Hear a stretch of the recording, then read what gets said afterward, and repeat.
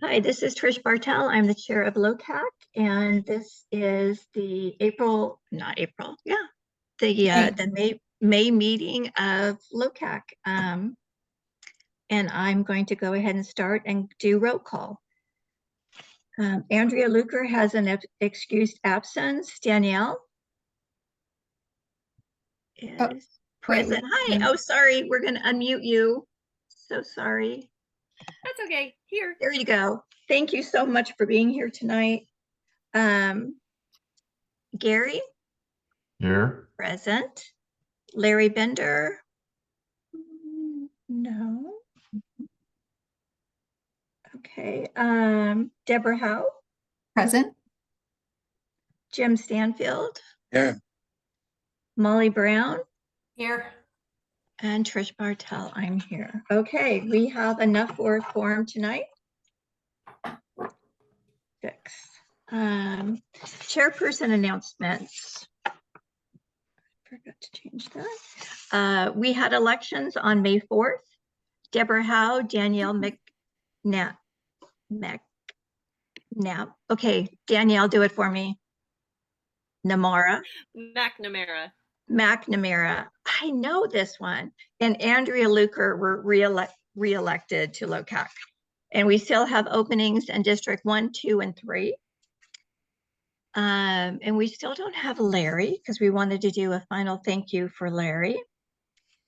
The last announcement I have as chairperson is that the California Coastal Commission will be in Morro Bay to host their meeting. And the dates of the meeting are June 12th, 13th, and 14th. And they will be discussing the Los Osos Community Plan, which we call LOCP, during the meeting. The agenda is going out tomorrow, so please go to their website to get further information on when our community plan will actually be heard so that we can all join in. That website is? It would be the California Coastal Commission website. I don't have the actual website. Okay. But it should pop up, you know, if you put that in, it should pop up. The agenda goes out tomorrow, and I've heard the meeting is going to be on June 12th. Do we have any council member announcements? No. Okay. Sheriff's report. I know we have Mike Brown from CHP, and I don't see the sheriff tonight. Okay. Can we go to Mike Brown for CHP? I'm going to ask you to unmute. There you go. There you are. Hello, can you guys hear me? We sure can. Excellent, excellent. My name is Mike Brown. I'm the captain of San Luis Obispo area CHP. I took over the command the first of this month from Greg Klingenberg, who promoted to assistant chief up to our headquarters. And so I wanted to make sure to make a point to jump on here and introduce myself to you guys. I have some statistics. Luckily, there's not too many. So we had 4 crashes in April. There are all property damage only collision in Los Osos area. 1 DUI arrest, and it was DUI drugs. And there's nothing out of the ordinary beyond that worth reporting. All right, thank you so much and welcome. We're so glad that you're here. Do we have any? Hi, Larry. Larry, you missed that. How grateful we are for all of your time at LOCAC. Nervous, yeah. So your volume is not working yet, Larry. All right, let's go on to Dan Heimel with the Basin Management Committee. Can we? There you are. I'm going to ask you to unmute.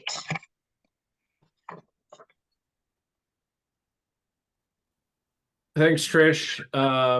Yeah, so Dan Heimel, Executive Director for the Los Osos Basin Management Committee, here today to provide a hopefully brief presentation on the public draft 2023 Los Osos Basin Annual Monitoring Report. If you want the not so brief version, I would recommend that you view the meeting recording from the last Los Osos Space and Management Committee, and I'll provide information on where you can get that at the end of my presentation. But with that, I'll just go ahead and get started unless there's any questions or comments.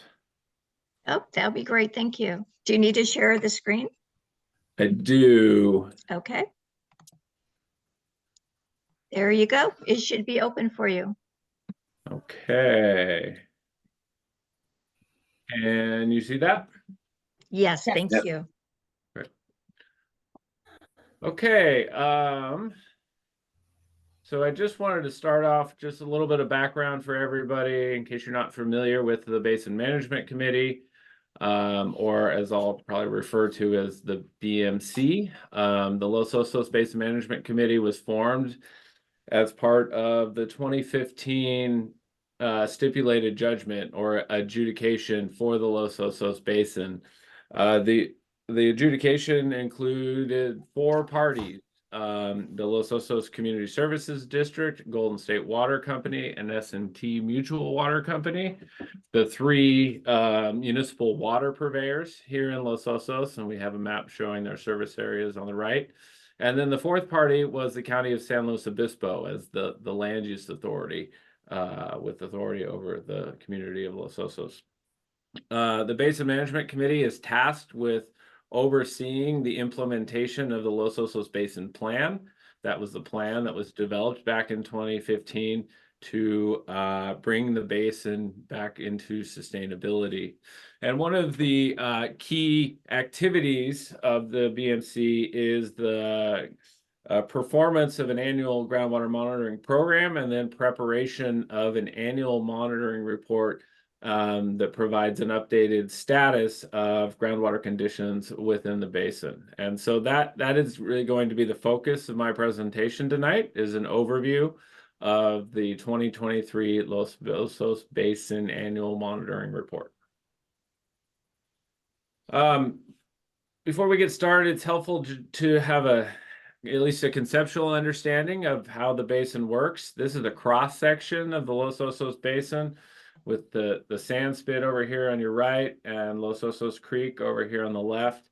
If you attend BMC meetings or if you review the annual report, you'll hear a lot of talk about the different aquifers that we have here in the Los Osos Basin. We have really 4 different aquifers, or 3 depending on how you characterize them. We have the first water or perched aquifer underneath downtown Los Osos. Then we have the upper aquifer beneath that, and then below a separating clay layer, we have zone D of the lower aquifer, and then zone E of the lower aquifer. Just historically, the upper aquifer has experienced nitrate contamination from Answer the phone. septic discharges, and then the lower aquifer has been impacted from seawater intrusion, and we'll get into that a little bit more. This is a graph of groundwater production in the Los Osos Basin, and this, in a lot of ways, tells a key component of the Los Osos groundwater story. In the 70s and 80s, rampant development in Los Osos led to significant increases in groundwater pumping within the community. Groundwater is the only source of water for the community of Los Osos. Though that pumping really peaked in the 90s before conservation efforts kicked in to bring groundwater pumping back down to levels similar to pre-development. And that's largely can be attributed to the significant efforts of the community to conserve water, also attributed to water conservation requirements associated with connecting to the community-wide sewer. Groundwater pumping has been relatively stable. We estimate that it's been about 2,000 acre-feet per year for the last 5 or 6 years. However, with the historic rainfall of 2023, we saw a year-over-year reduction in pumping as less water was needed for irrigation purposes because it was falling out of the sky. Here's just a couple of tables around groundwater production. It's just kind of helpful to understand who's producing how much groundwater within the basin. On the left side, we have our 3 water purveyors. They produce historically around 1,000 acre-feet per year of water from the basin. That's about half of the total production from the basin. The other half of the groundwater production that occurs in the basin is rural domestic pumpers or private well pumpers, agricultural pumpers, predominantly located at the east end of the basin in the Los Osos Valley, and then also community facilities. And community facilities include Sea Pines Golf Course, the community center, and the cemetery. So rough numbers for the last several years, sort of excluding 2023, half of the production is from the Los Osos purveyors for primarily residential and commercial consumption. The other half is from agricultural, rural residential, and then some community facilities. Rainfall is obviously a key parameter for water sustainability, and in Los Osos groundwater sustainability. So it's something we track very closely. These are a couple of graphs from the annual monitoring report. The bottom graph just shows the rainfall for each of the different years. We're showing rainfall data from the Morro Bay Fire Department because that's the closest local rain gauge with the longest period of record. You'll see that, since about 2010, that we've had a number of years of below average rainfall associated with the 2012 to 2016 and the 2020 to 2022 droughts that we've experienced.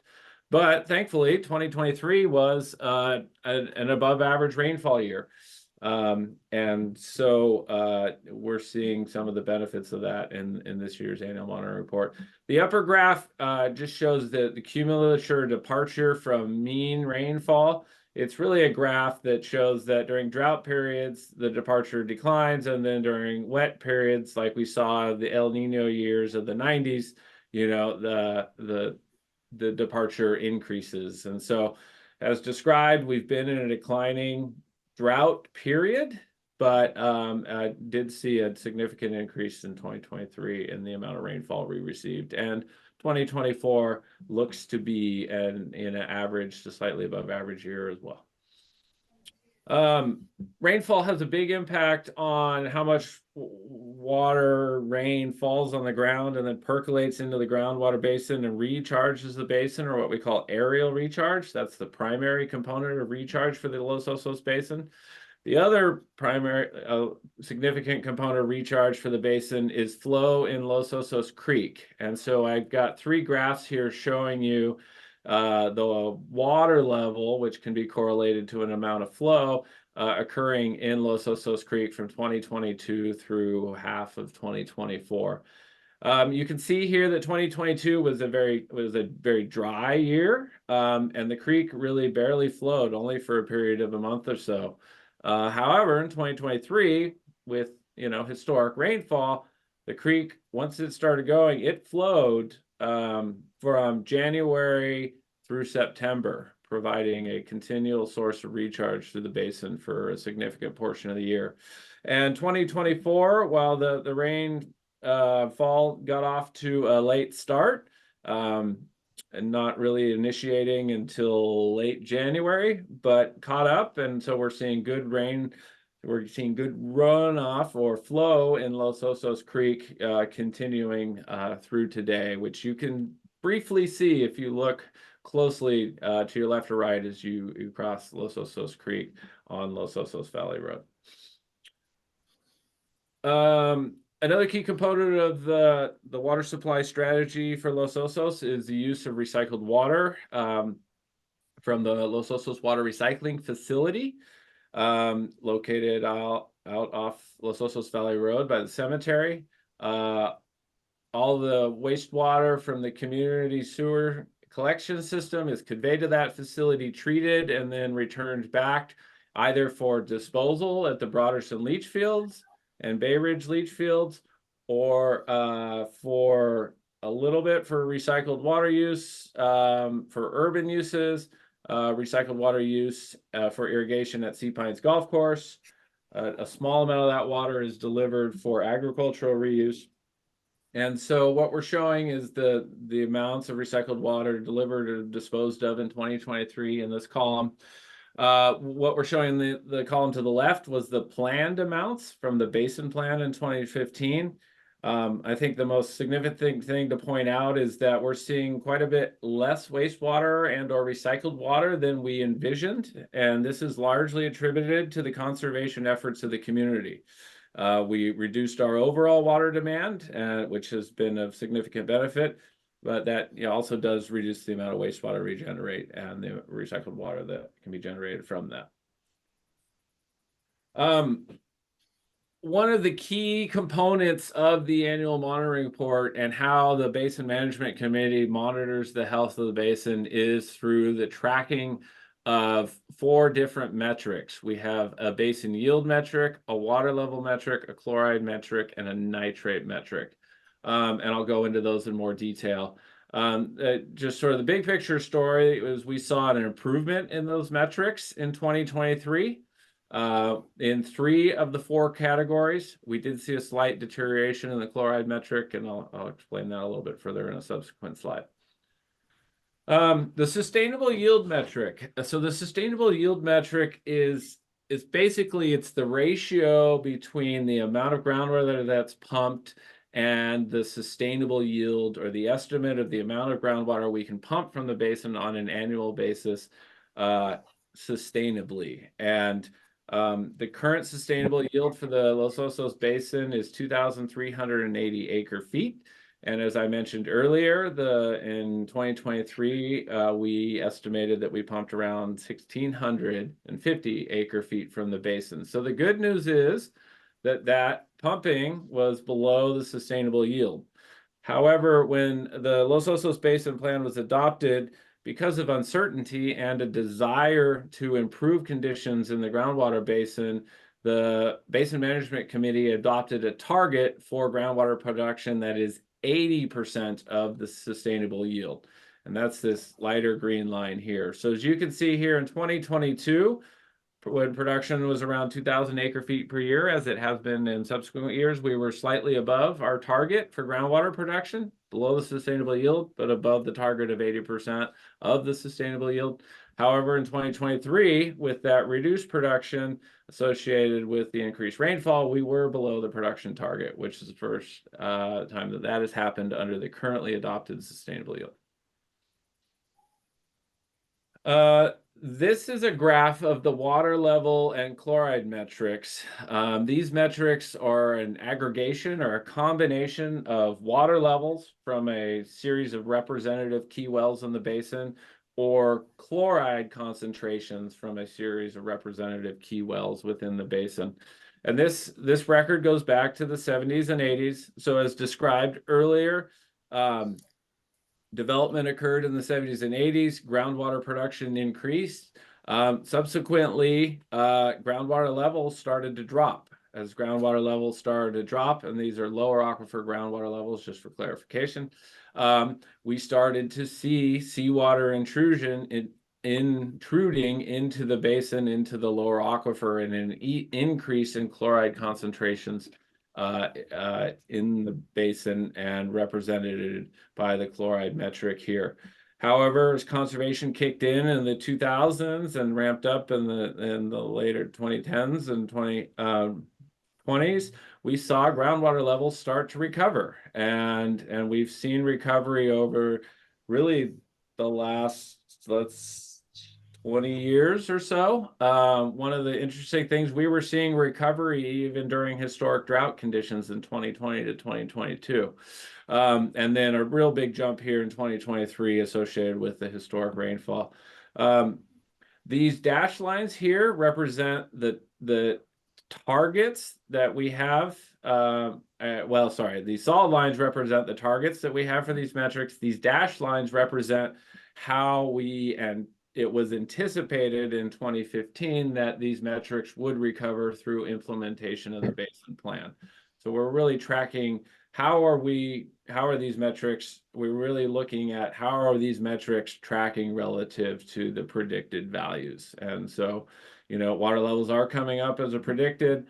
Chloride levels have, which I haven't talked about, really have kind of increased but stabilized in recent years in the chloride metric, and which was somewhat envisioned and before that we would anticipate that chloride levels would drop within the metric as we move into the future.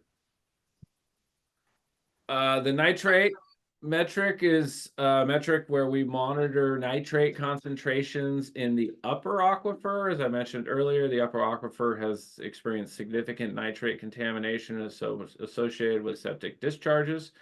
With the construction of the sewer collection system and the water recycling facility, we are now collecting that wastewater, treating it, removing nitrates, and then disposing of that cleaner, lower nitrate water at the Broderson leach field. So not only have we reduced the loading of nitrate from the septic tanks, we're also putting low nitrate water back into the basin at those disposal facilities. And the results have been positive. We've seen declining nitrate concentrations in the upper aquifer and the nitrate metric since about 2018, with some significant declines in 2023. Still some room before we hit our target of 10, but again, predicted that it would take some time to get there. This is a figure in the annual report that's used to try to conceptualize seawater intrusion in the basin. These colored lines here represent a chloride concentration of 200 milligrams per liter, which can represent the leading edge of a seawater intrusion front. What we saw is that in 2016, that front was estimated to be all the way to, say, roughly the Midtown site, or I think this is Broderson Avenue in the center of town. However, with improving conditions, we've seen that front, we estimate that front has retreated. 2020, it had moved back to these locations, and then in 2022, we saw it retreating back to here, and then 2023, really just kind of a slight change from the previous year. But a positive sign for seawater intrusion within the basin. I should mention that these chloride, these lines represent seawater intrusion in zone D of the lower aquifer. We also track it to in zone E of the lower aquifer as well, the deeper portion. We are seeing chloride concentrations in that portion of the basin at further extents inland, which is typical, and as I'll show you on the next slide.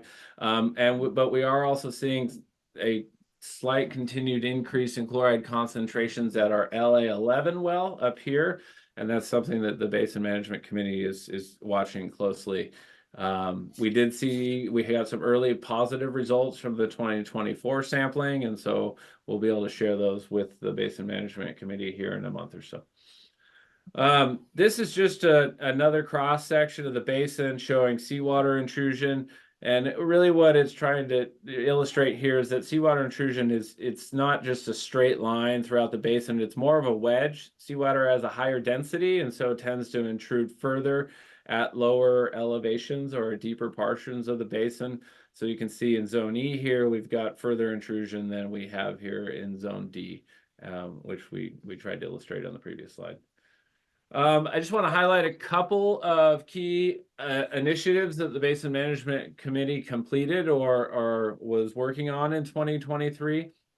One, thanks to funding contributions from the county and the Los Osos CSD for pursuing a grant, we've been able to initiate a water recycling funding study and a development of a transient groundwater model. We currently have a steady state model. The transient groundwater model will be a much better model and tool for helping us predict future conditions within the Los Osos Basin. In 2023, the BMC also funded through funding contributions from the National Estuary Program, a new monitoring well at the east end of Skyline Drive. This is a critical location for monitoring seawater intrusion in the basin, and one that we've struggled because we haven't had a dedicated monitoring well in that area. So we're excited about the new data that well will provide.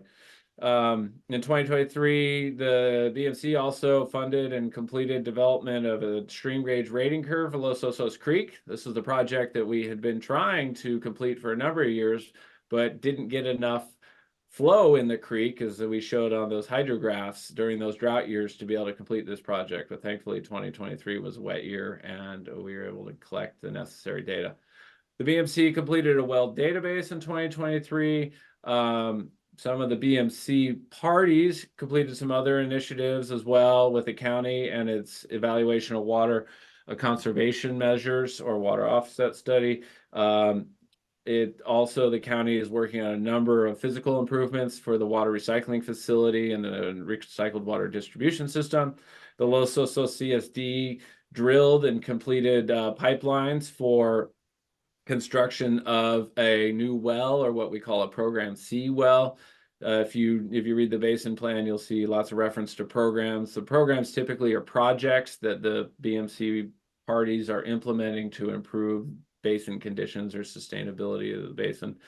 And then some administrative achievements. The BMC opened a bank account in 2023, 2024, which it did not have previously. So if you're interested in the 2023 annual monitoring report, as I mentioned, you can see a recording of a much longer presentation at the May 15th BMC meeting. The final report will be presented to the BMC for final approval at a June BMC meeting. That date is still to be determined. We're trying to figure out the schedule for that meeting currently. And then finally, the Basin Management Committee will submit the annual report to the court as required under the adjudication by June 30th of 2024. And so if you want to get involved with the BMC, I've included the BMC's new website here.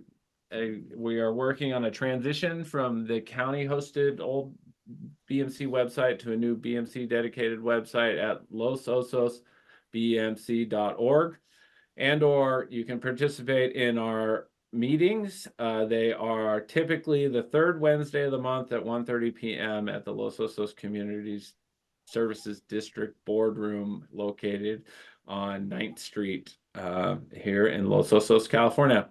You can also attend virtually, as the meetings are hosted live via Zoom as well. And that concludes my presentation. Dan, that was an excellent presentation. Thank you. Do I have any questions from the council members? No, but I'd like to thank Dan for being the person to do this presentation. This is such technical information, and coming from an expert, it's a lot more clear than coming from somebody who's a layperson. So I appreciate that very much. Even I understood it. Okay, if there's no questions from council, let's take a few from the community. Dave and Bev, I'm going to ask you to unmute. Hi, it's Dave Bolus. Can you hear me? Yes, we can. Good. I was wondering if the rainfall is supposed to be the major way that the aquifer is refilled. There's sandy spots that are undisturbed on my property, and I go out there after rainstorms and see that the rain is soaked in, like, or 1 inch of rain may be soaked in 1 inch into the sand. So I'm just wondering where this major recharging of the aquifer is taking place. Thanks very much.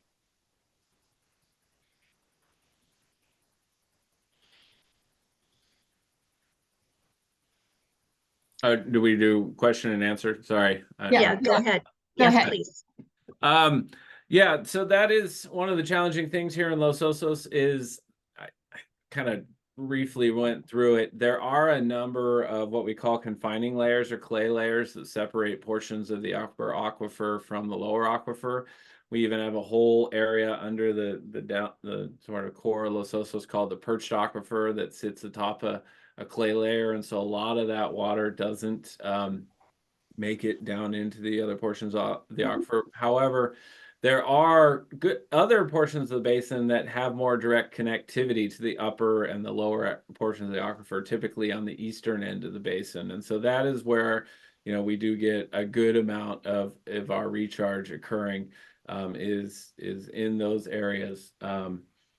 But we can see the responses to rainfall recharging the basin. We have a series of what we call transducers, or they're instruments installed in monitoring wells that are continuously collecting water level data, and so we can monitor the response of the basin, both on a semi-annual basis with direct physical measurements, but then also through the transducers, which provide us a continuous record of recharge. Thank you very much. All right, I don't see any more hands up. Dan, thank you very, very much. We appreciate you being here tonight. Yeah, no problem. My pleasure. All right, and with that, we're some gonna. of you at future BMC meetings. All right, we'll see you there. With that, we'll move to Claire to talk about the community plan and our next steps. Thanks, Trish. Yeah, before I get started, I'll just do my typical little update. I sent over to Trish yesterday the monthly reporting that I do for LOCAC that has a list of active plans and active permits in the community. So that was sent over yesterday.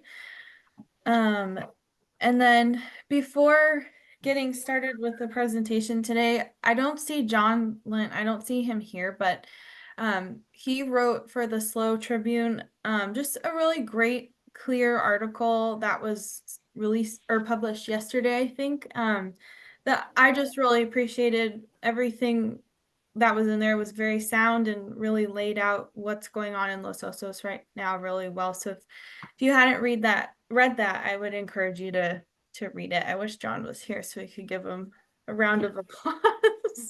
Yeah, it was a great article, and he's out of town tonight. Okay, I'll be sure to contact him. Yeah, so tonight I have the privilege of sharing a presentation with Supervisor Gibson. Again, I'm Claire Momberger from County Planning, and we're presenting tonight on what's going on with the Los Osos Community Plan update and what are the next steps. So I'm going to share my screen. Okay. Trish, I think it should work. It should be ready. Okay. Yep.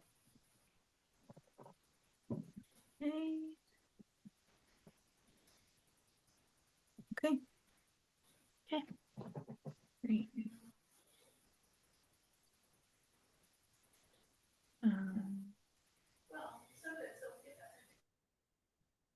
And Supervisor Gibson, you're up first for this one.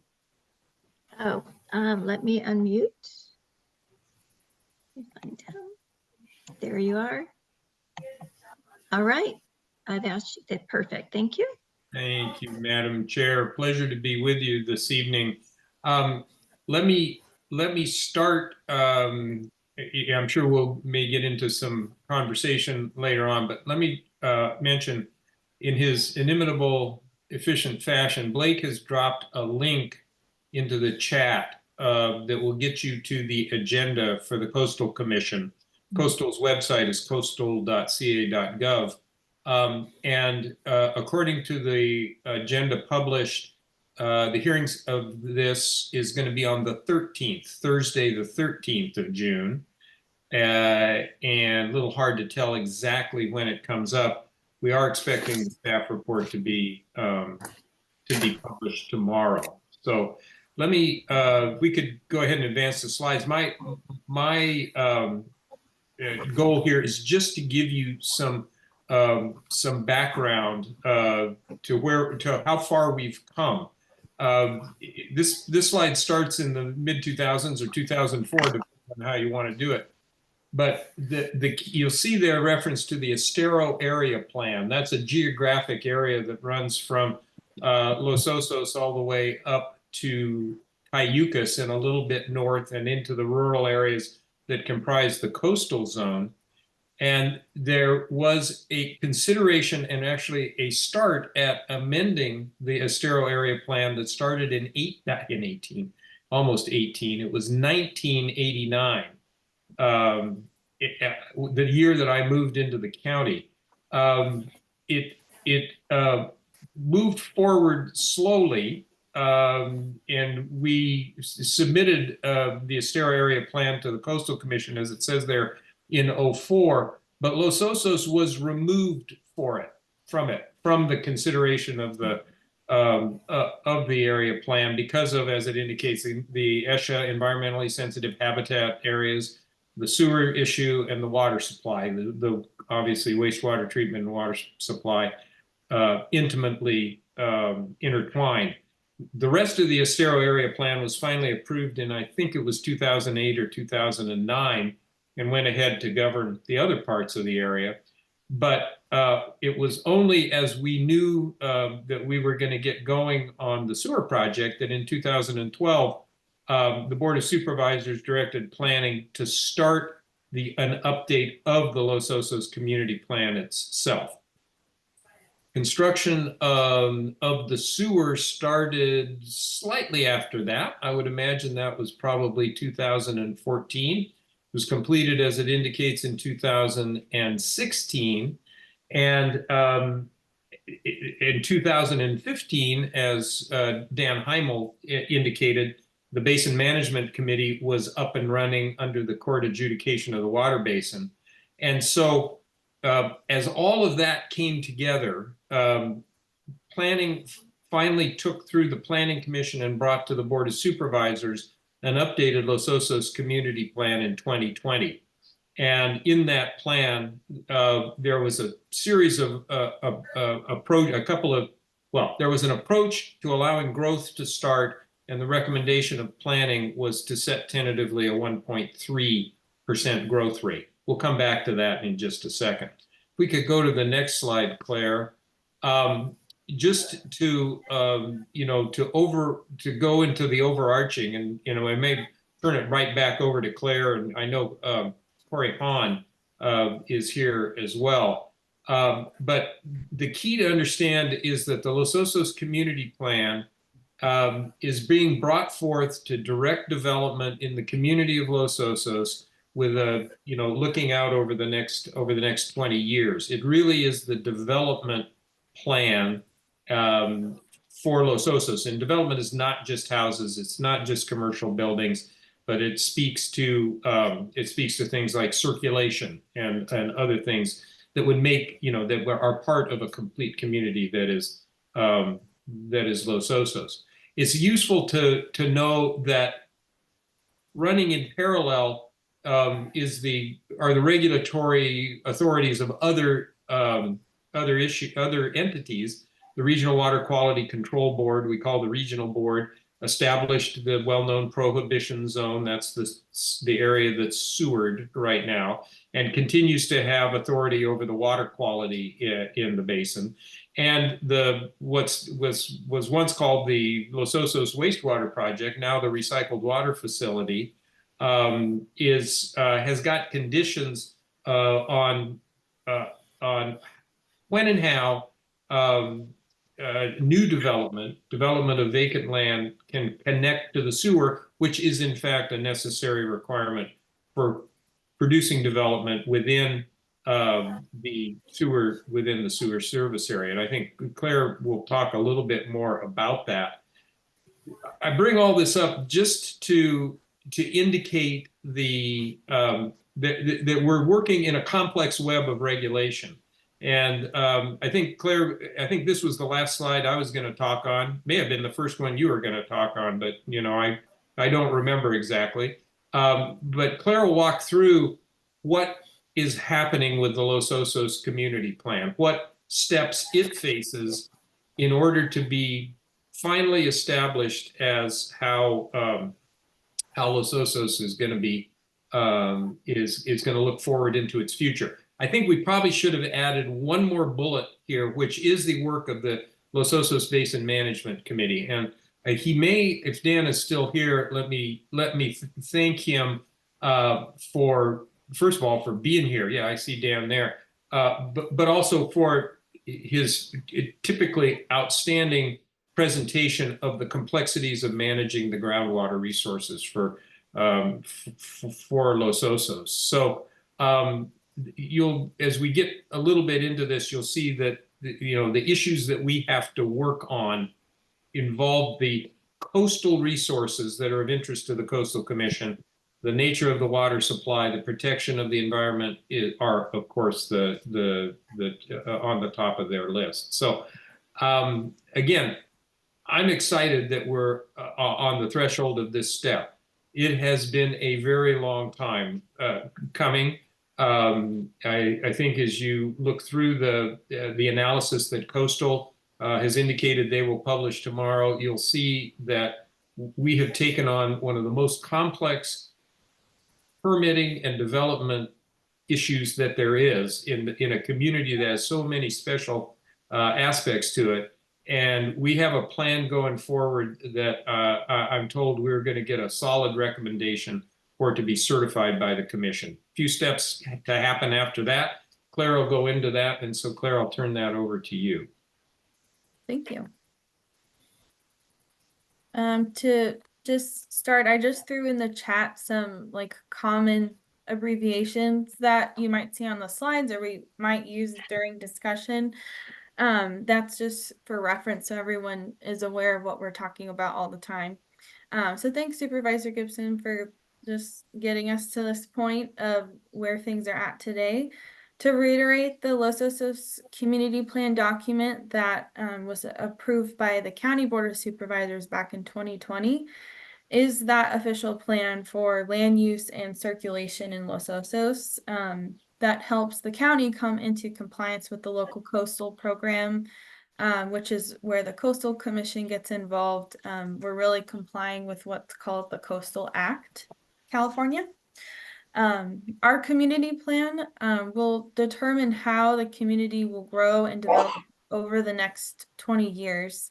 It contains projections for community build out, or in other words, the extent of growth in the community. It contains standards for certain land uses that are specific to Los Osos, and also plans around circulation issues that are specific to Los Osos.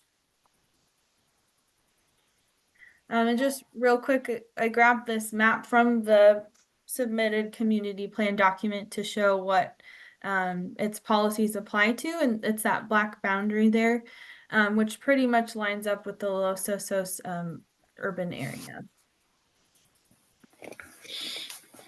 As a reminder, Supervisor Gibson mentioned that the Los Osos community plan kind of gets its own document, and that's because of those three big issues: environmentally sensitive habitats, wastewater, and water supply. The document that was approved by our Board of Supervisors in 2020 addresses environmentally sensitive habitats by referring to the county's pursuit of the community-wide Los Osos Habitat Conservation Plan, because that conservation addresses addresses sensitive habitat and also gives some pathways for conservation and preservation on a community-wide scale. And we've talked about that here before at LOCAC.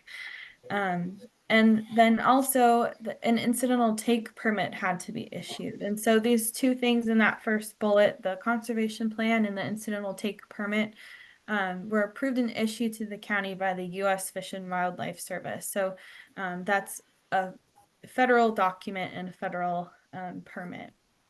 But the conservation plan is why the U.S. Fish and Wildlife Service could issue us an incidental take permit, because we show through that plan how habitat issues will be addressed on a community scale. And so our implementation of that plan starts with direction from our County Board of Supervisors, which should happen this fall is what we're planning for. And yeah, just to reiterate, the community plan incorporates language about the conservation plan, and the Coastal Commission, we're hoping affirms that that federally approved plan is sufficient to address those habitat issues. So the second big issue area that's addressed in the community plan is wastewater treatment. With the original plan, there were concerns community-wide of nitrates historically being leaked into the aquifer. But since then, the sewer has been completed. It was completed in 2016. And the sewer provides a community approach to the addressing the effects of septic waste in the groundwater basin. And so the Los Osos community plan addresses wastewater treatment issues through highly summarized these 2 bullets here, where the plan requires that if a property is within the sewer service area, they must connect to the Los Osos sewer. And then if a property is outside of the sewer service area, that property must comply with what's called the local agency management plan, which really is just this policy document with regulations for on-site septic systems. And then that last issue area is water, what's been characterized as water supply and projected growth. And so over the past several months, the county's hydrogeologists and the Coastal Commission's hydrogeologists have connected over the data and come to a consensus on the status of the Los Osos groundwater basin. So looking at the management reporting, like what Dan presented to all of us earlier, through the basin management plan programs, those hydrogeologist experts have determined that annual pumping is within the maximum healthy amount of pumping for the basin. And so our Los Osos community plan addresses the basin management plan programs and how they are anticipated to increase the increasingly improve the health of the groundwater basin. We also have in place the 2-to-1 water offset program for new development in Los Osos. And so that's, 2 components of the water supply question. But then lastly, the county originally proposed to the Board of Supervisors that 1.3% annual growth rate. Through our discussion with the Coastal Commission staff, and you'll see this in their staff report that's supposed to be published tomorrow, we're anticipating a suggested modification to our community plan, where a 1% annual growth rate cap will be suggested. So that doesn't mean 1% growth, a 1% growth rate is allowed every year, but it's expressed as a 1% growth rate cap. So that's as high as we could go. So that kind of brings us to where we're at today in the process. As a reminder, also, I didn't have the June 13th information until it was too late. So this is June 12th through 14th for the hearing, but it will be on June 13th. And just to remind, the Coastal Commission has to certify the Los Osos Community Plan, which is an amendment to the local coastal program, because it is a requirement of the California Coastal Act that we have specific policies and procedures in place for development that happens in the coastal zone. So because the community plan is part of the county's local coastal program, it must be certified by the California Coastal Commission. The possible outcomes of the hearing in a couple weeks. One, the Coastal Commission could certify our amendment or our community plan as is.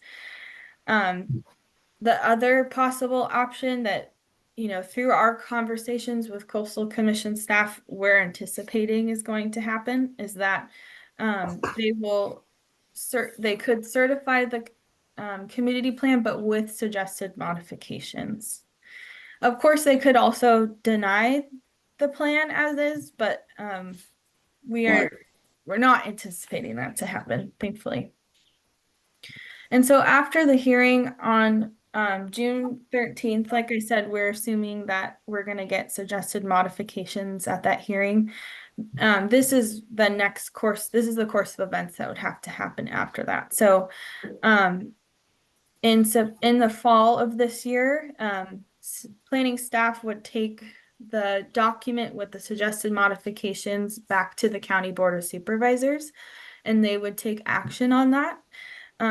If the board was to approve everything that Coastal Commission suggested be added, or how the community plan should be modified, then planning staff would return to the Coastal Commission in the winter for a final certification of this plan, because it would have that added language.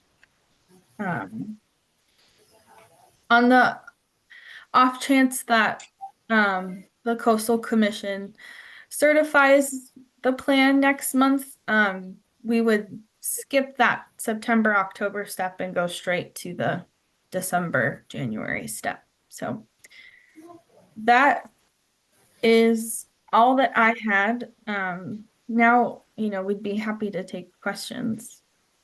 Thank you so much, Claire. That was very understandable. And now at least I know all of our next steps, which is great. Oh, good. Are there any questions from the council? No, doesn't look like it. Any questions from the community? Okay, Claire, great job.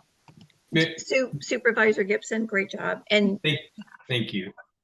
Could I'm sorry to butt in here. Could I just echo Claire's commentary on John Lind's article? That was really, really well done. Laid out a lot of detail in a very understandable way. And we're looking forward to this moving forward. It's been tons of work by dozens of people, and we're on the threshold of something really great here. thank you very much. We are going to be putting that on our website, his article, because it's great and it gives the history and is everything you need to know about what's going on right now. So that will be going on our website soon. And I'd like to make a comment. sure. I just want to point out that it's been a tremendous amount of work by the county staff putting this together, the community plan and getting it to the coastal, and also the habitat conservation plan. And those things coming together now at this time will make a huge difference for our community. And so I'm feeling very blessed and happy to be on LOCAC right now, because I feel like, we've really got some things going in our direction. Thank you. Thank you. And on that, Supervisor Gibson, you're up. Is there anything else you would like to discuss with us? Thank you. Yeah, let me start just a couple of quick things. First of all, let me add my personal thanks to Larry Bender for his many years of participating. There is a certificate that's somewhere. Blake was going to transmit it. Got it. Trish. Oh, he has it. And that is meager payment for the hours that you've spent, sir, but heartfelt in our appreciation for you being part of this community conversation. That's a big deal. Second thing to note is yesterday we made some major investments in addressing homelessness countywide. It was not yesterday, Tuesday, our last meeting. It was a long day, but well worth it. We ground through $4 million of state funding going to a variety of service providers with some slight tweaks that I think will especially aid Los Osos and the North Coast. We invested $2.6 million of county funds in a project that's going to convert the Motel 6 on Calle Joaquin in the city of San Luis to temporary and permanent supportive housing for families. We heard an update on our 5-year plan that's aiming at reducing homelessness by half and heard a bit of an update that the point of time count shows about a 19% reduction in homelessness over the last 2 years. So various things pointing in the right direction. Tons of work still to do, but that was a good thing. And then finally, I'll just mention that our next meeting is actually on Monday, June 3rd, where we open budget hearings. Our proposed budget is out, available through the county website. $851 million of spending. The challenge there is that we had by that, relative to that magnitude, we had a fairly minor gap to close, but it was still $15.6 million. Fortunately, the county is in sound financial shape. We'll close that gap by dipping into some reserves strategically for about half of that, and we will actually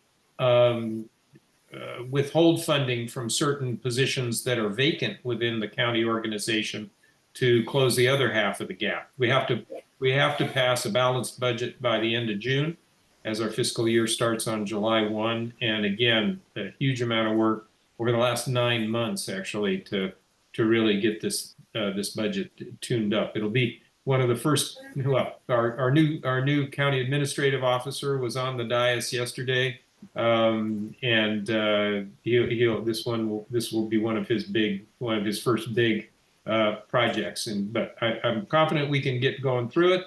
We're still sort of watching and waiting as the state budget grinds through the sausage making there. It's not good news there. Pick a number between 27 and $55 billion, and that's the deficit they have to close. Our state association, which I'm active in, has been advocating strongly to protect the safety net programs that are so key to the vulnerable citizens of the state of California.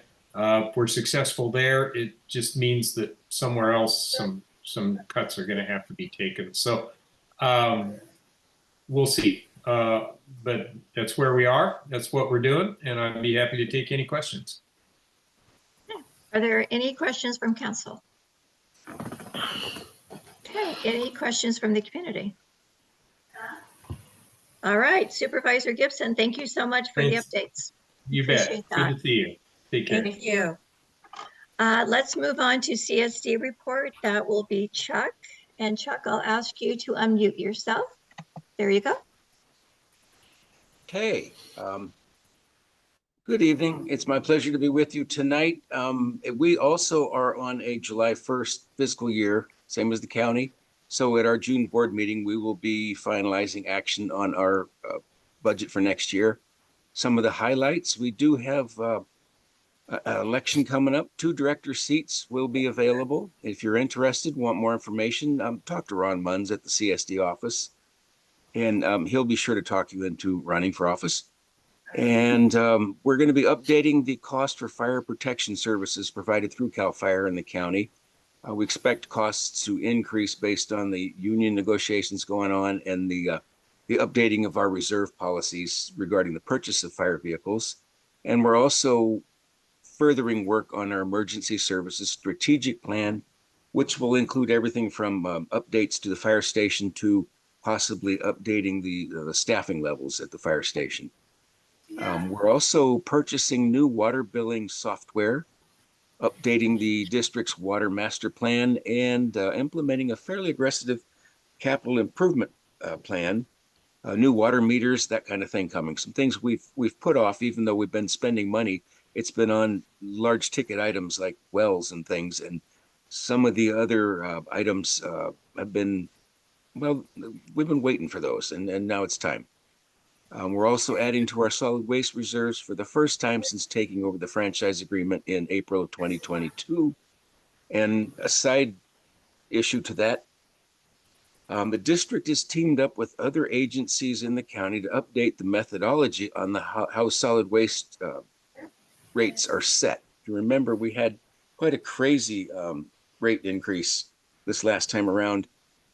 And everyone served by Waste Connections has been experiencing large rate increases, and the hope is that by updating the way that the increases are determined, a more stable and reasonable increases will be experienced.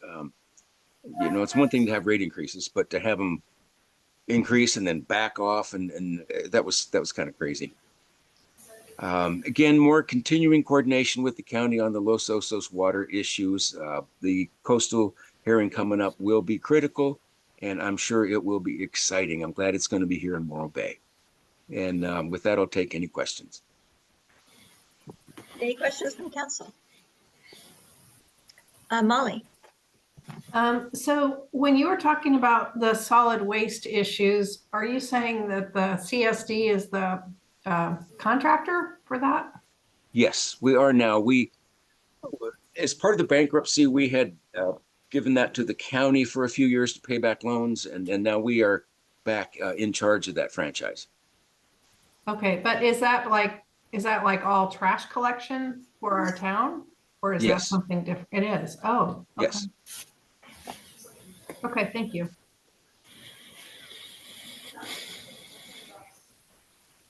All right, any other questions? Any questions from community? All right, Chuck, thank you so much. I appreciate Don't you forget, we being have here. 2 vacancies in the fall, so get ready to run for office. Thank you. We have 3 here on LOCAC, so we'll see. We'll fight over it. Jim, you're next up for the chamber report. Okay, we had a beautiful evening on Saturday the 11th, in which we had our awards banquet. Probably over 80 people attend, and delightful to award various awards that we do. First of all, the business award went to Tim at Carstairs Energies in real estate, and the business of the year, which is a new thing for the chamber, and that was Bayside or Pizza. They stepped into helping the community in so many ways from the time they arrived, and a standout business. We had a volunteer of the year, Eddie Whalen, who was the incoming president at the Kiwanis, which he was in charge of the center last year, again this year. She did a fine job for us. And then, of course, the citizen of the year, Ned Shealy, who did an outstanding job as the chairperson of Woman Aid, and she was in that role and ran a significant fundraiser for that group. And following that, her response to the flood damage in that neighborhood where they came through was just, she was pretty unanimous in terms of the year voting on that. And our next big event coming up is the Festival of Flavors. I don't know how many have participated in the past. This years in a row, where individual restaurants will make available thing they want to make available. I have about 15 restaurants minimum signed up for this. It will be in the entire month of July. Able to use these. I'm sorry. Nope, that's someone talking somewhere. I think that's Larry. Larry, I think we're getting some voice on your mic. Okay, that's all I have. All right, thank you so much, Jim. Any questions for Jim? All right, let's go ahead and move on to public comments for items not on the agenda. Anyone have any comments? Nope. All right, that's a quick one. Community reports. Let's go to the treasury report. Jim, you're back on. Yeah, our beginning balance of April 1, 1,312.31. We had a massive increase in our interest of 11 cents. So we wound up with the ending balance of 1,312.42. I have an invoice for our post office box, 256 is the only outstanding bill for us paid this week. All right, thank you. Land use, Larry or Molly, anything you want to update on land use? And Larry, I'm gonna unmute you. Oh, I think Larry wanted me to do it. Okay, Do you care, Larry? Go ahead. You wanted me to speak, I think. Okay, so we reviewed one project that we had some pretty significant concerns about at 348 Travis. So we voted to bring it back to the whole LOCAC board. It's a permit, it's actually two separate permits, but the permit we reviewed was for a new single family residence on an empty lot. They also included in that and in a separate permit, they wanted to vacate half of the dead end portion of the street next to their house and take over that land also. Let's see, so that vacation was proposed on Houston Street. This is up at Cabrillo. So our concerns were mainly about we don't necessarily want to give up that roadway. It could be used for fire access, for future roadways possibly. We were concerned about tree removals. I think their project said that they were only going to remove one tree, but there were more trees on the property.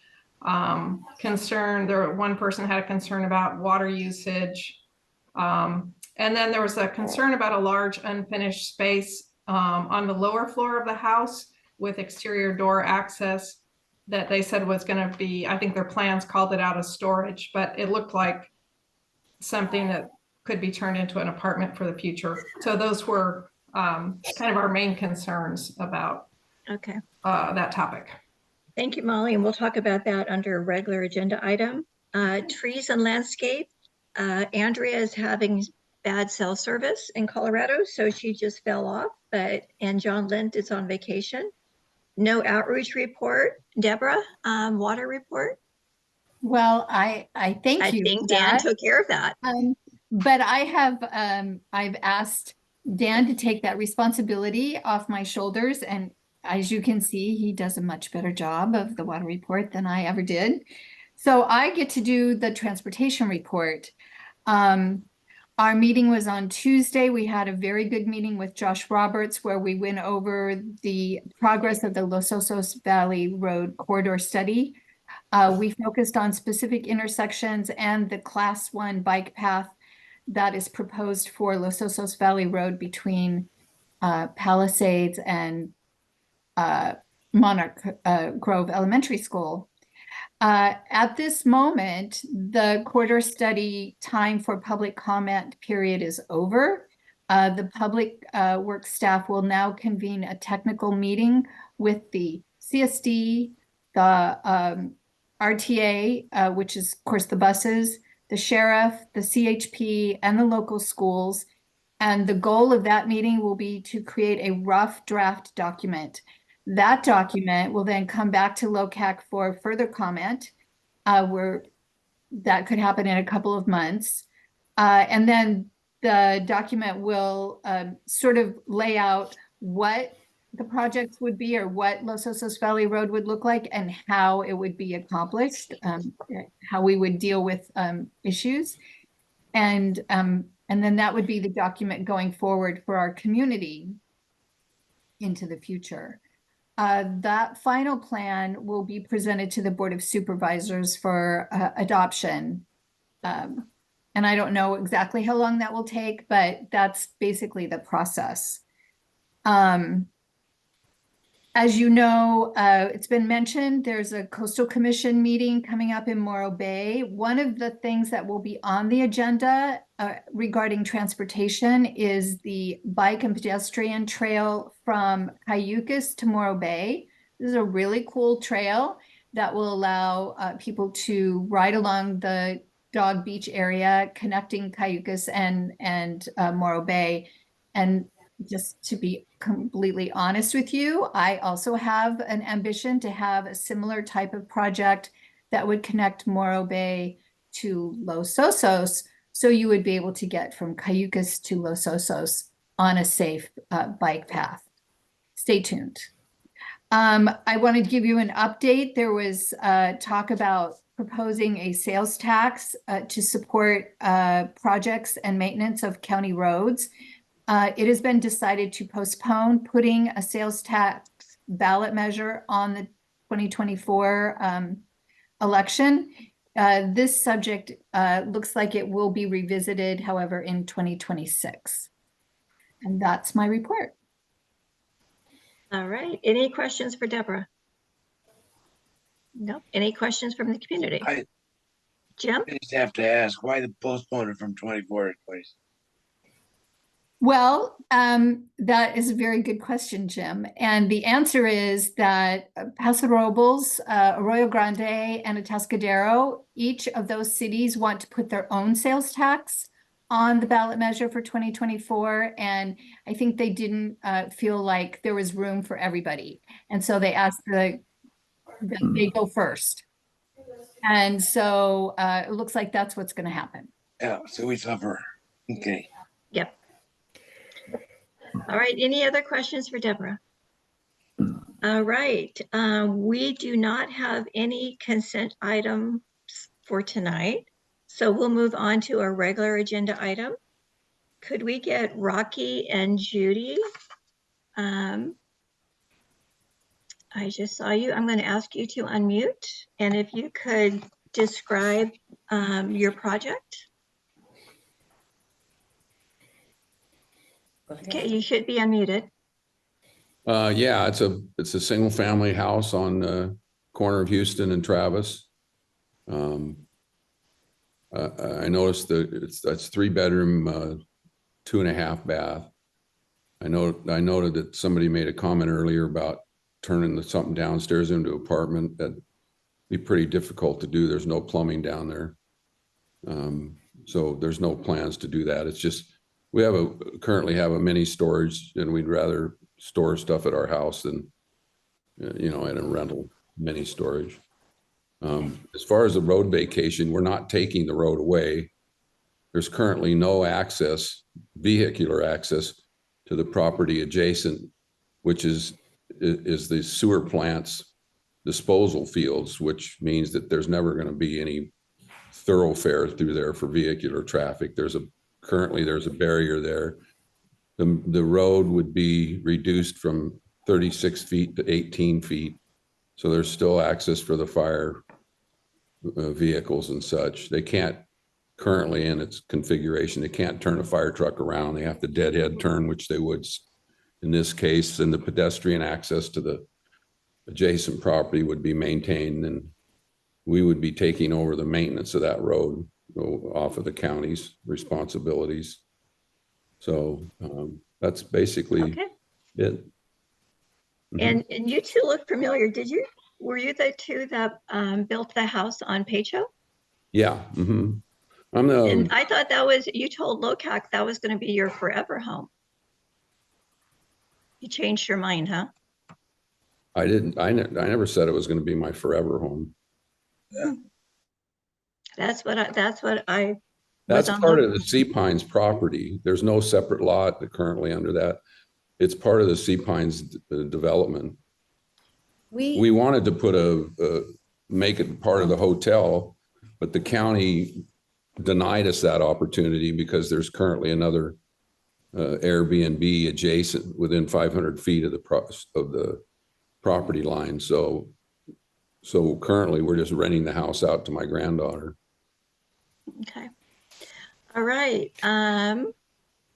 I know I have some questions. I think I'll go ahead and get started with my questions, and then I'll open it up to council. Is that all right? Can I okay?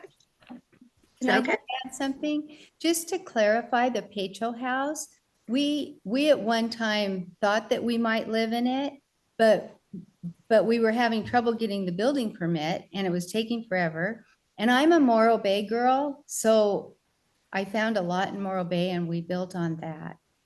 So that's why we're not living in the Pacho house. And then you're going to move up into Travis. Okay, so you'll have 3 houses. Yeah, we want to get away from the battery plant they're planning on putting over here. Okay. Okay, the questions I have is the Title 19 retrofit. Where did the 300 credits come from? We retrofitted 17 homes with water recirculating loop system, which includes a pump and a bypass valve. And that got us 305 credits. Okay. And then the permit application says removal of 1 tree, and your lot is filled with native oaks and manzanita. How is this going to be dealt with? Well, there's a biological report that covers that, and I didn't see it in the permit at all. well, it's in there, and I never said, I don't know where that number 1 It's came up it's with. it's on page 5. Okay, well, it was somebody filled it out incorrectly then, but there's 7 manzanita, I believe, and I think there's 3 oaks. And Oh, I'm your neighbor, so there's a few more than that. I think you need to come back up and count. Okay. no, you can read the biological report. It's pretty specific. Okay. And the permit also states that you're putting in a septic system, yet Cabrillo Estates requires the LAMP process. But it requires that we meet all the guidelines of the LAMP, which we plan on doing. And do you have room for that versus a septic system? I don't believe it takes any more room. I've had Brad Peterson design it. He put the current system up there on Madera, and he said there's no problem with it. So I'm not an engineer on septic systems, but it's been designed with, I didn't just plot it there myself. It's been designed with engineering. Okay. It also shows that upstairs, both of the bedrooms have exterior doors going out towards the garage. And it looks like those 2 areas are separate from the rest of the house. Is this going to be an apartment? They're not separate from the rest of the house. There's a hallway that connects to the main entrance. Yeah, but it has a door. It looks like more like a guest house air type thing. Is there a code violation by putting an exterior door to your bedroom? I'm not aware of that. I've been building houses my whole life. But no, I'm just making sure that it's going to be a single family home, because the plans show that it could be either a single family or it could be 2 families living in the home. No, the plans don't show that. Where does it say that? If you look at the plan, you look at the blueprints, and I think if you look at the blueprints, there's a major wall that kind of separates the 2 parts of the house. I'm just trying to make sure that it's going to be a single family home. Are you referring to the lanai? No. No. Yeah, it's a single family home. We have 29 grandchildren. We're both getting up in age. I might want to live in maid. I might want to live in caretaker. And so we designed it with those things in mind. We're not planning on renting out apartments. Okay. Single family for single family use.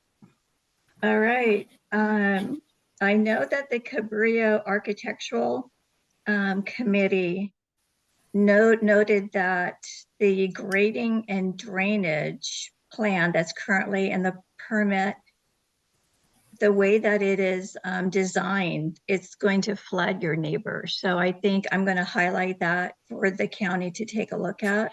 Well, they always take a look at grading and drainage. They won't give me a permit without it. Yeah. All right. So that's the questions I have for the house. So I'm going to break up the questions for the council, house versus vacation of the street. Are there any other questions from council on the house issue?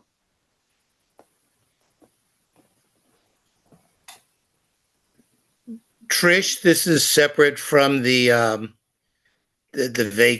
road thing, the vacate. That's a separate application. So we'll talk about that next. But I just wanted to make sure that everyone had their questions on the house part. Is there anyone in the community that has questions about the house that they want to talk about? Okay. Let's go to vacation of the street. The CAL FIRE Battalion Chief has stated his opposition. CAL FIRE Marshal Office has submitted a formal opposition letter. Cabrillo Estates has filed a formal opposition letter. So you have all of those areas that are saying you cannot take over that portion of Houston. If you do not have the vacation of Houston, can you still build your house the way that you want it? Yeah. Okay. The county Public Works is in favor of it. And the first time I talked to Manny, the fire chief at CDF, he gave me a letter approving it through CAL FIRE. And then subsequent to that, Scott Longfellow said he met with the fire chief in Los Osos or something. So I don't know what's going on with that. That'll all be. I have a letter right here from the fire marshal stating that they have issued a statement of opposition to the request. Yeah, and I have a letter that says just the opposite. So that'll get sorted out. It's not going to be my decision. It's going to be the fire department's decision. But there seems to be some misunderstanding that that's some kind of an emergency exit. There's no way you can drive through those trees. If you live up there, you know what it's like. So I do know what it's like, but it has always been part of the long-term plan of Cabrillo that would be the second exit. But how are you going to exit into open space that's dedicated for sewer plant use? Right.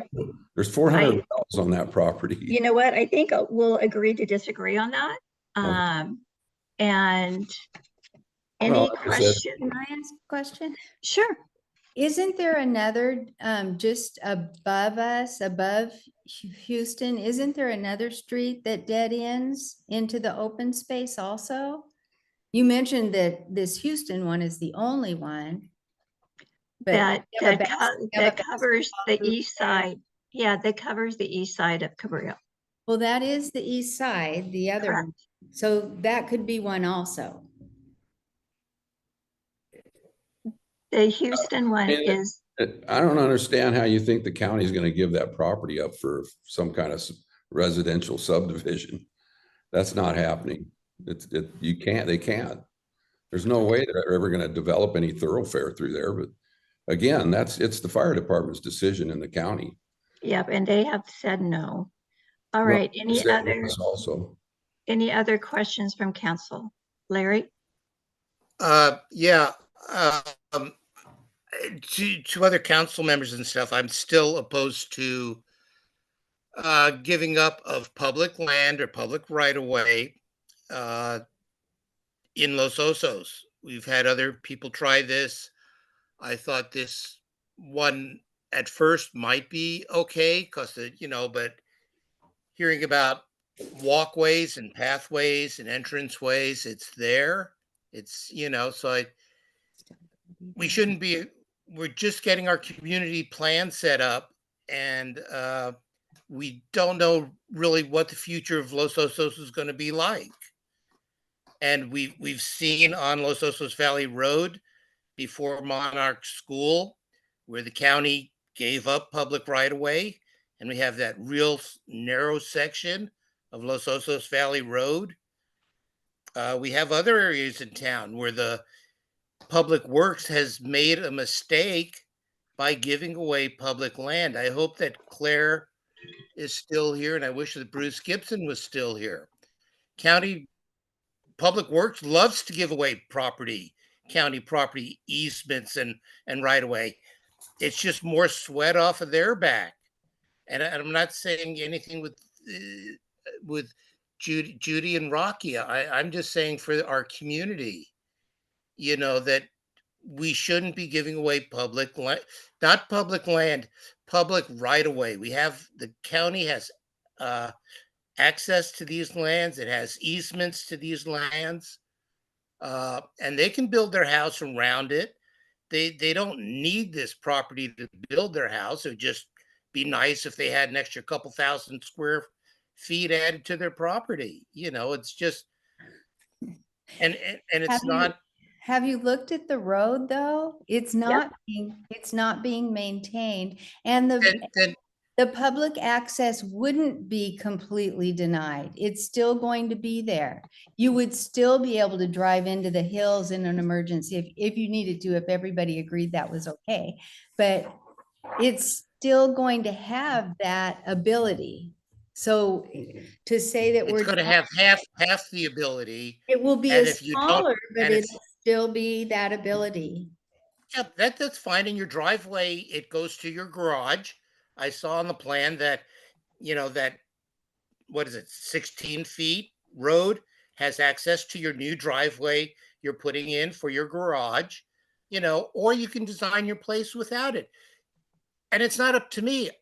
I don't, I'm encouraging Public Works, who loves to give away easements and stuff. I'm addressing this to them, not to you folks, because Well, it's not your. You excuse me. can ask for it, which is fine. Right, but I'm only saying something because several times you guys have used the term denying accessibility, and we're not denying it. It's still going to be there. It'll just be a little narrower, and there won't be Yeah. that road with Yeah. weeds to, maintain. Yeah. So anyway, All right, well, that's that's good. okay. I'm sorry, Yes. and we agreed again to disagree. You saying it's disagree. narrower. When I was fighting for another area, not fighting, but defending another area, they said 6 feet wide was wide enough for public access. Well, I'm sorry. If we have 32 feet, I want all 32 feet of it. I don't want 6 feet wide, yes, which is wide enough for somebody to walk down so they have access, and that's okay. I don't know what Right. project you're talking about. We're not offering 6 feet. We're offering 20 feet of access. Yeah, Fire 20 code is feet. 14. So whatever, we'll see But what how happens. many feet? How many feet are there now? 32, right? Yeah. So And a lot of it's weeds. That's fine. So get someone to pull the weeds. Well, let's Not our put it this way. responsibility. Let's put it this way. No one is, I see you, Scott, no one is maintaining any of the Cabrillo streets right now. So it's not just that one. None of them are being, why is that? because we're not gonna, our streets are gonna be redone in 2026. In Cabrillo? All Cabrillo's gonna, their streets gonna be redone in 2026. Even if Scott they has decide been to do trying the to, sewer? I'm sorry, Scott has been trying to get on. I'm gonna let him speak. Uh-huh. Hello, thank you. I've been having a little trouble getting this thing to work, but my name is Scott Longworth. I'm the Architectural Review Committee Chairman for Cabrillo Estates. We've been looking at this project for the settings, and a number of things have gone on in the last few weeks. We had a meeting up there on site. I think the fire marshal's been up there on site also. And I did talk via an email to Manny Higuera. We sent him a bunch of information, and I think he didn't really have everything. And he's now going to reject abandonment of Houston. CAL FIRE wants to maintain the full width of Houston, so they have emergency access into Broderson via fire trails that may be cut during a fire event. They also want to use it as a emergency staging area for residents up in Cabrillo in case there's a fire event. So they do not want to abandon it. They reference a CAL FIRE standard access road. It's a CAL Standard 4, CAL Standard 4, which maintains you have to have full width of that roadway. So I still think the settings can keep their home on that existing lot without moving into part of Houston Drive there. But the main emphasis here that I'm trying to make is that CAL FIRE does not want to abandon that road. Thank you very much. One other thing, on going back to the comments regarding the, I think you got this too, it shows the 2 bedrooms here. There's also a garage here. This is a secondary garage that actually is going to be sitting out in Houston Drive. So if Houston gets abandoned, this garage goes away. there's a corridor here that connects into the main unit, so that's the access in there. There's also a second washer and dryer in the master closet. So you got 2 laundry facilities set up in here. So everything on here kind of looks like this could possibly be used as a guest house or unit for something else in the future. I know Glenn, when we talked, he says, yeah, I just want to stay there someday when the kids move into the house. But this right now, currently, the way it's designed with these doors doesn't quite lend itself to just a single family home. Might suggest that when you build this, you don't put these doors in here. You frame it in, and you could do it later on if you get approval. But and also there's one other thing I mentioned in our comments, that all the rainwater that we collect in Cabrillo has to be diverted back onto the lot and percolated back into the soil. So in fact, I have a deck out back with a big pit underneath it, so all the rainwater runs into that. You got an area with a patio on the back that maybe you could make into a pit with a redwood deck on it, and then have your water from your house run into that. But those are our comments, and we've turned these over to the county planning because they always ask us to do that. But again, I'd just like to welcome the settings to the neighborhood, and if there's anything I can do to help you get through this process, please let me know. But CAL FIRE is pretty adamant about this. I think even the local chief had gone up to the lot and looked at it and didn't want to abandon that area. So if you have any questions, just let me know. Thank you very much, Scott. Gary, I'm going to ask you to unmute, and then we'll go to Julian. Yeah, I just wanted to get unmuted. My wife was yelling at the dog, so I muted myself. All right, thank you. Julian, I'm going to ask you to unmute.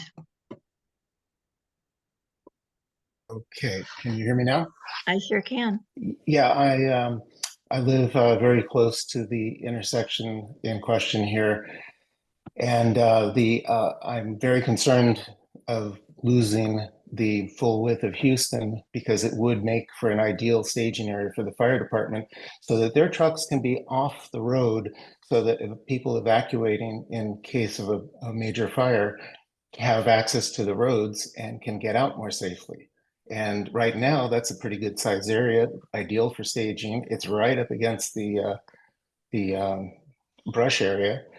And I would hate to see that narrowed down. And furthermore, if that garage is going to be adjacent to Houston, if they want to be able to come and go and the fire department staging there in the narrower spot, that would be a real problem. So they already have another garage that accesses Travis that would be suitable for the primary garage and keep Houston the way it is. And as far as it being maintained, it's not in bad condition. There are a few weeds that come up through the ground. I walk my dog by there all the time, so I've seen it personally, and it doesn't get as much traffic as the other streets. So a couple little things have sprouted up. But if the roads are going to be redone in 2026, that'll take care of that. Anyway, those are my comments. Thank you. Thank you. Next up is Jeff Edwards. Here you go. I've asked you to unmute. Yes, good evening. My name is Jeff Edwards, and I'm actually representing the settings in this matter, and it would have been nice to have been recognized a little earlier, Madam Chair.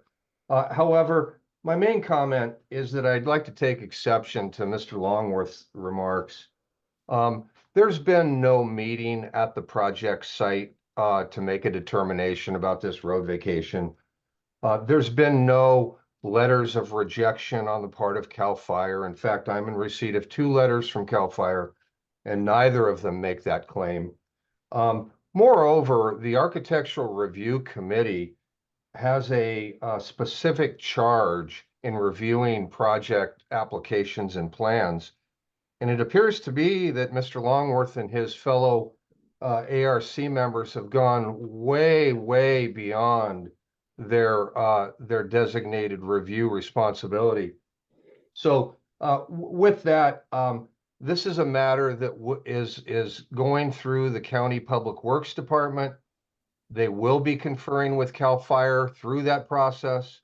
It's in parallel with the minor use permit and CDP process. So I would ask that your committee take action on the single family home, approving it. It's like any other home up in Cabrillo Estates. And then do what you will with the road vacation. From the remarks and the misinformation, I could see that you would draw the wrong conclusion. In any event, please vote on the residents, and then again, do as you will with the road vacation. And I'm available for questions if there are any more. Thank you. Thank you.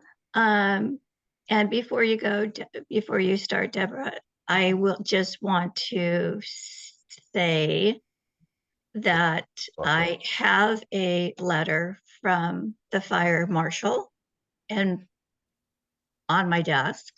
There was a meeting with the battalion chief, and that did occur on Houston. So I am sorry, Mr. Edwards, but those two statements are not correct. Let's go to Deborah. Thanks, Trish. Judy and Rocky, it's beautiful up in Cabrillo. I live up here. You will love it. I am personally in favor of people having property rights that allow them to build their dream home. And I hope that you build your dream home. I think that there are some issues with the CAL FIRE, the fire issue, that sound very reasonable to me. And I suspect that you're not going to get that section of Houston. If you can have the home that you want without that, I think you're probably going to be good to go as long as you are checking all the boxes with the county. And that would be fine with me. All right. If there's no other raised hands, can I get a motion on the House portion? I'll make a motion that we approve the House with the modification that the second garage that extends into Houston would not be approved if the vacation of Houston is not allowed. Does that make sense? Yeah. Right. Second that motion. Okay, not approved. And Jim, you were a second. All in favor of approving the house without the second garage, raise your hand. Okay, opposed. Okay. Unanimous. Okay, can I get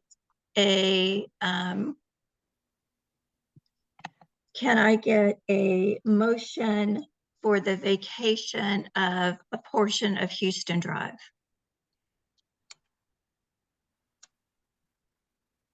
Do you mean a I'd like- motion to approve it?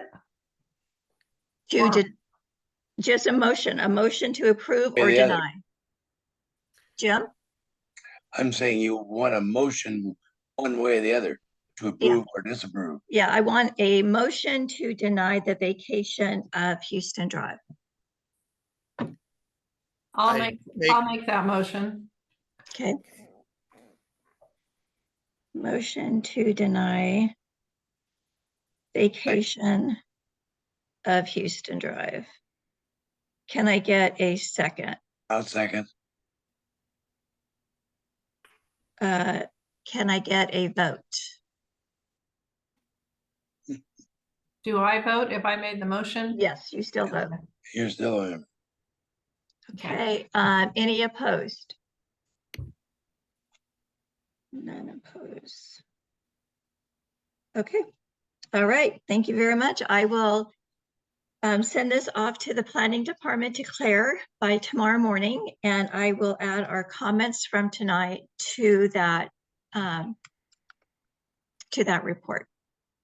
Thank you, Judy and Rocky, for being here tonight. We appreciate that. Oops, let me unmute you. Okay. Can you hear us now? Yes, Yeah. we can. I just would like to say one last thing. There's a lot of confusion over this fire department issue. I have a letter that specifically approves the vacation from Manny, and which I can show you if you don't believe me, but so this has gone back and forth. You know, I don't want to do something that's not safe for the community. And I'm going to leave it up to the fire marshal, the fire chief, and public works. And It is.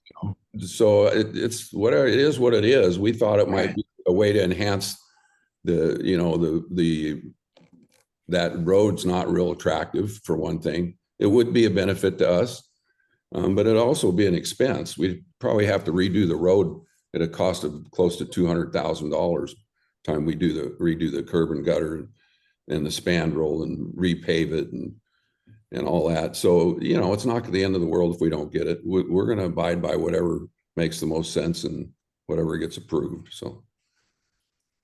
Thank you Thank you very much. Mhm. Thank you. Thank you both. Thank Mhm. you.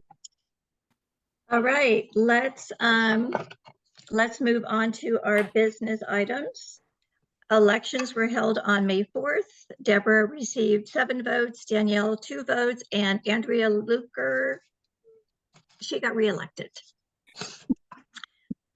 So we have election of LOCAC officers right now. Do we have anyone who would like to be the treasurer, or does Jim want to continue to be the treasurer? Oh, wait, I'm seeing hands floating out here. Marcia Mullen, I know that's not Marcia. That I'm asking you to unmute, which is, there you go. George? Hello. Yes. Hello? Hello? Hello. We Hi, can hear you. we can hear you. Okay. Yes, concerning the fire access to the woodland to the east of our community, we had a discussion with several members of the community, especially Ken Delfino, who is 30 years with CAL FIRE. And the great thing about this extension of Houston to the east is that the intersection is only 100 feet from the terminus. That allows fire trucks to turn in there, and if they need to, they can back out and turn around at the intersection with Travis. The problem with the other 2 roads that dead end to the east is that they are just the width of the road. The fire trucks cannot turn around in those areas. They are not acceptable for dealing with a fire to the east. And that is what we went back, and I think Manny was the man who went back and got the new letter, because this was considerations that weren't part of what their original letter that granted this vacation was rescinded. Okay, thank you very much, George. All right, back to election of LOCAC officers. Anyone want to volunteer to be? Willing to continue as director. Yay! Yay, Jim, you're doing such a good job. We got 11 cents interest. I don't even get that on my checking account. Does anyone want to be secretary this year? Okay, we'll continue to record. Communications or website. Gary, can you do the website portion for now? I will do that. Great. Thank you, Gary. I will nominate myself for vice chair. I was going to nominate you. Anybody else want to be vice chair? Crickets. Okay. I'll nominate Deborah to be chair for next year, because I've been at 3 years and I think you guys need a break. I'm gonna turn it over. I'm happy to. Slate. Okay, Deborah as chair. Perfect. Do we need a vote on these? I don't think That'd be so. appropriate. Okay, so all in favor of Jim as being treasurer, raise your hand. Unanimous. All in favor of Gary to help us dramatically with the website. Amen. All in favor of Trish to be the vice chair. Yay. Okay. And all in favor of Deborah to be the chair. Okay. Thank you, All Deborah, for unanimous. stepping up. Yay. Well, All right. she's gonna help me, so. And then as far as committee chairs, for all of our committees, just, remember going in that LOCAC members are the only ones that can be the chair of a committee. So the last thing I have before we go is time change. Some of the members have asked if we could do a 6:30. What are your thoughts? I would love it. Be Fine nice. with me. Danielle, how does 6 o'clock that or work? 6:30? Can we talk about 6 o'clock, or are we gonna start with Well, 6? let's talk to Danielle because she's the one who All right. is having trouble getting to the meetings. I can make 6:30 work. 6 o'clock would probably be pretty tough. Okay, Let's do 6:30 then. let's do 6:30 and see how that goes, because Danielle is super important to have on our committee. Yeah, Danielle, we're not gonna let you go. Yay. Okay, so in the future, and we'll put that on the website, and it will start at the June meeting. We'll start at 6:30. So, and I think we can adjourn unless there's any other business. Oh, shoot. Did it again, you devil, you. Appointed public community member, Los Osos. Oh, put it in the email blast. Yeah, good idea. Email blast. Oh, yeah. The time change. Thank you, Jacob. Thank you. Bye, Claire. All right. So at 8:48, see, Jim, you can Very get to that by impressive. 9. We are done. Mm. Thank you guys so much for the meeting tonight. I appreciate it. Thank you, Trish. Thank you for Jish. Thank you for your service over 3 years. 3 long years. It was great. Yeah. You've done a great job. Thank you very much. All right. We are done. Have a great night, people. You too. All right.